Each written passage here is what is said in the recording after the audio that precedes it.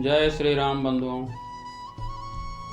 इस समय अयोध्या में रामलला की प्राण प्रतिष्ठा की तैयारी जोर शोर पर चल रही है। लेकिन किसने की अयोध्या की खोज, आइए जानते हैं सब कुछ। प्राचीन काल में उज्जैन के राजा विक्रमादित्य अपनी सेना के साथ अयोध्या क्षेत्र से गुजर रहे थे।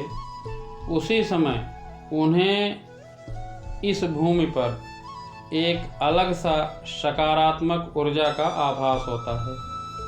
राजा विक्रमादित्य अपनी सेना के साथ प्रयागराज पहुँचे, जहाँ उन्हें एक ब्राह्मण रूप में आदमी मिला और बोला, राजन, आप जहाँ से होकर आ रहे हैं वह स्थान भगवान श्री राम की जन्मस्थली अयोध्या है। आप ही इस स्थान का पुनरुद्धार कर सकते हैं। इसके बाद ब्राह्मण ने राजा विक्रमादित्य को अयोध्या जी के बारे में विस्तार से सब कुछ बताया। राजा विक्रमादित्य वहां से अयोध्या गए और वहां पहुंचकर प्रयागराज के ब्राह्मण की बताई हुई बात भूल गए। उसी समय अचानक से राजा की मुलाकात एक सन्यासी से हुई। उस सन्यासी ने राजा विक्रमादित्य से कहा कि राजन, आप यहाँ एक सफ़ेद गाय को बुलाइए। जिस जगह पर गाय के थन से अपने आप दूध गिरने लगे, बस आप समझ जाना वही स्थान भगवान श्री राम का जन्म स्थल है। विक्रमादित्य ने ऐसा ही किया। उन्होंने गाय को बुलवाया तो गाय के थन से स्वतः ही दूध गिरने लगा। तब राजा विक्रमादित्य उसी स्थान पर भगवान श्री राम का विशाल मंदिर बनवाया। उस मंदिर का स्वर्ण शिखर इतना विशाल था कि 80 किलोमीटर दूर से उसे देखा जा सकता था। इसका जिक्र रुद्रायमल ग्रंथ में भी मिलता है। फिर मुगल शासन काल में 1528 में बाबर के सेनापति मीर बाकी ने राम मंदिर तोड़ दिया था और उस जगह पर मस्जिद का निर्माण करा दिया।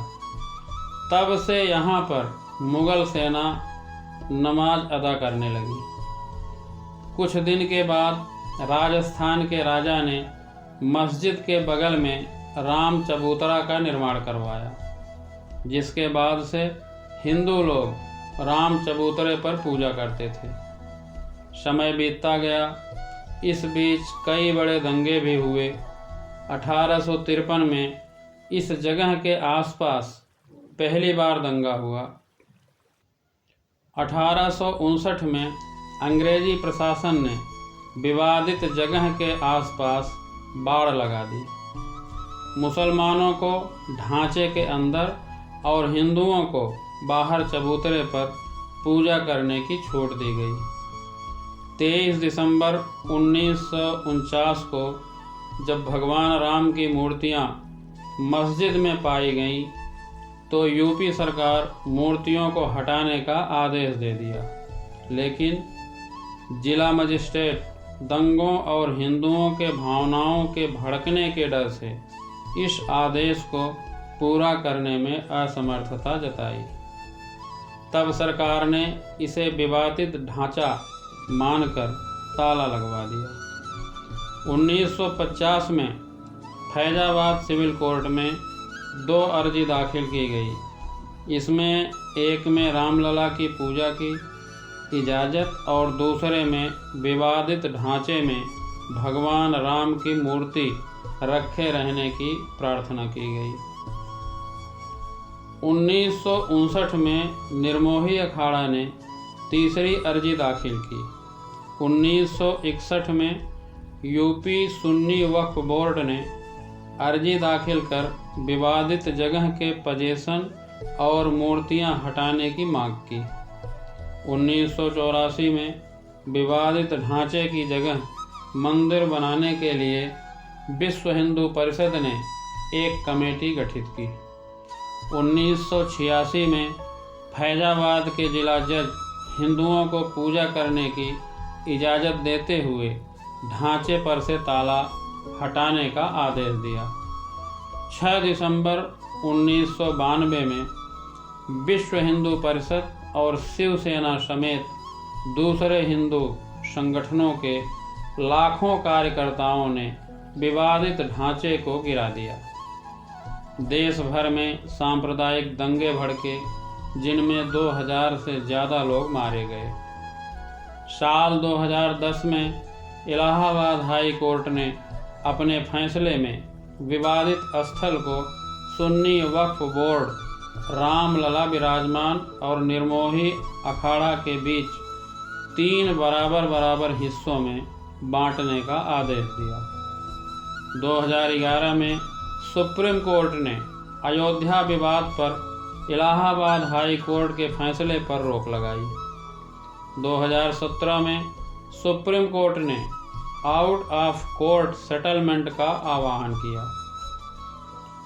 8 मार्च 2019 सुप्रीम कोर्ट ने मामले को मध्यस्थता के लिए भेजा। पैनल को 8 हफ्ते के अंदर कार्यवाही खत्म करने को कहा। 6 अगस्त 2019 सुप्रीम कोर्ट में अयोध्या मामले की रोजाना सुनवाई शुरू हुई। आखिर वो दिन आ गया जब 9 नवंबर 2019 में सुप्रीम कोर्ट के 5 जजों ने राम मंदिर के पक्ष में फैसला सुनाया। 25 मार्च 2020 लगभग 28 साल बाद रामलला टेंट से निकलकर फाइबर के मंदिर में शिफ्ट हुए। 5 अगस्त 2020 राम मंदिर का भूमि पूजन हुआ और अब मंदिर बनकर तैयार हो गया। अब जो समस्त विश्व को इंतजार था, अखंड ब्रह्मांड नायक भगवान श्री रामलला की प्राण प्रतिष्ठा 22 जनवरी को है। आप सब पहुँचने का कष्ट करें। जय श्री राम।